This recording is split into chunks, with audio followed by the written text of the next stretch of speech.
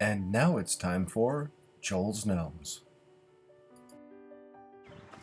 Well, good morning.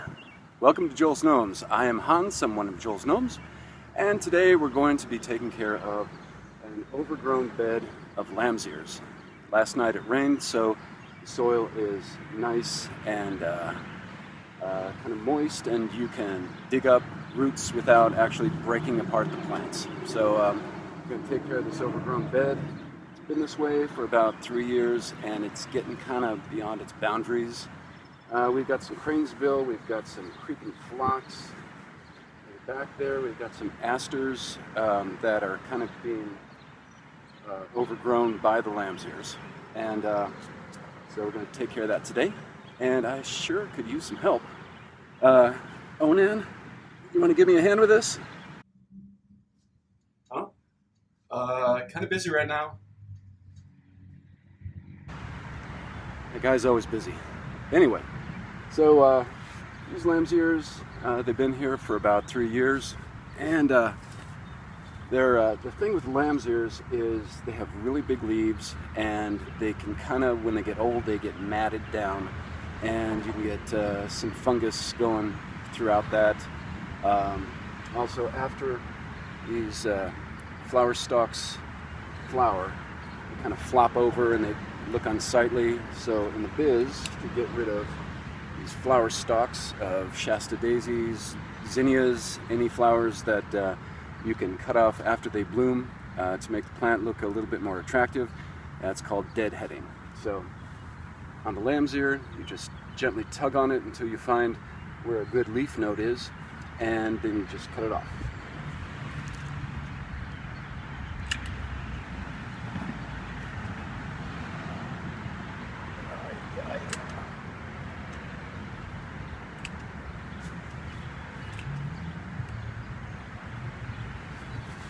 And there we go. So the first thing you're going to do to clean up your bed is to deadhead all these flower stalks here. You can see there's a little bit of fungal growth on these leaves. One of the reasons that you might get a fungal infection in your garden is poor air circulation.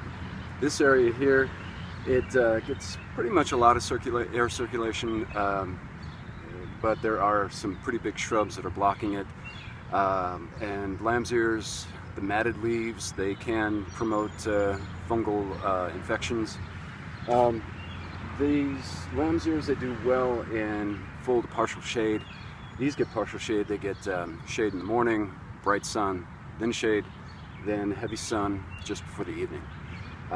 So with the fungal growth, what you can do if you're a stickler, you can just remove all of the soil in the area and replace it. We ain't got that kind of money. So what we're going to do is we're going to amend the soil with a little bit of sand to promote drainage, a little bit of slow release fertilizer. This is all after we remove all the plants, and that should aid in preventing a fungal infection later on, as well as we're going to hit it with a fungicide after we replant. So when you're ready to dig up all your lambsears, you'll get stalks like these, and you'll get some old matted leaves in there. Just remove all that yucky dead growth. Then you'll get this nice bunch of roots that are attached to the stalks. You gently separate them, and you've got a nice new lambsear that you can plant a couple inches below the surface. Then once they're planted, then give them a good watering, and cover that with compost to retain the moisture. And you plant them about a foot or so apart from each other. And before the fall, these things will fill out the new area of the bed. Okay, well, we've gotten all the old plants out, and we've amended the soil in the back with some compost and some sand and some slow-release fertilizer. All we have to do is divide up these little plants here and stick them back in about 12 inches apart, water them well, and then cover them up with a good mulch to retain moisture. And just keep that watered for a couple of weeks until the roots are well established. And it's early in the year, so they'll fill out before the fall. Okay, the bed is all done. We've amended the soil, we've divided the plants, we've spaced them about 12 inches apart, and the only thing that they need now is some mulch to retain moisture, which we have forgotten to get, but we will buy tomorrow. So keep these little transplantings well watered for about a couple of weeks until they get established, and they should fill out very nicely before fall.